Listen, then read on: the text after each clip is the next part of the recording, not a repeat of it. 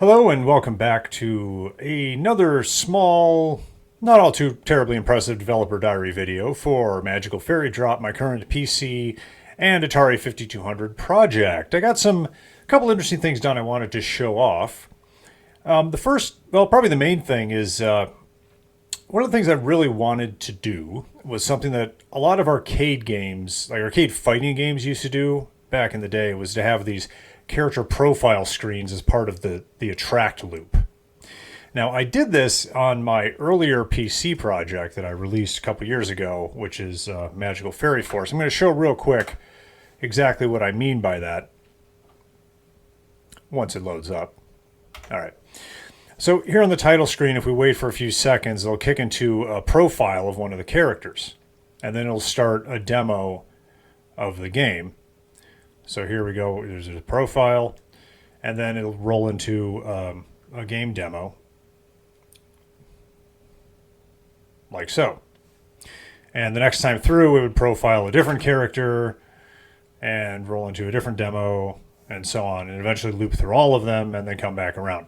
So fighting games in particular in the arcades were very fond of doing this, and it's something I always liked, so it was one of the first things I thought of when I started this project. And I wanted to do the same thing with this game.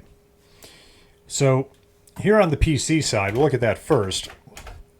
Now this is still all placeholder stuff. It's really not much to it right now, but if I sit here for about 10 seconds, it'll kick into the character profile.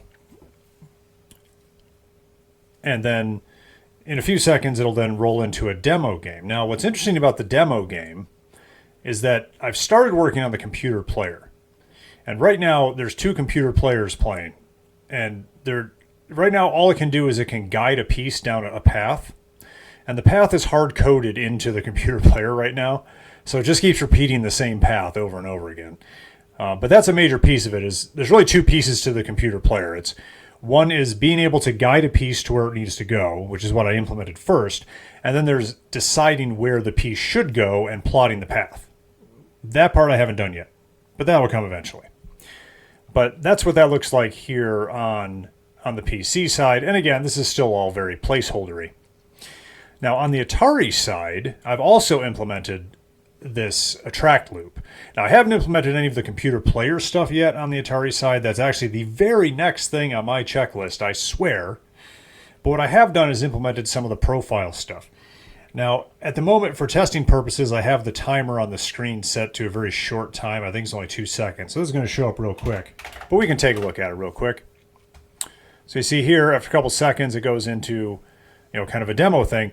And these images are all going to change. I'm going to get new artwork for this, so I'm not worried about the alignment of the images right now. The point is to just get it there and make it work.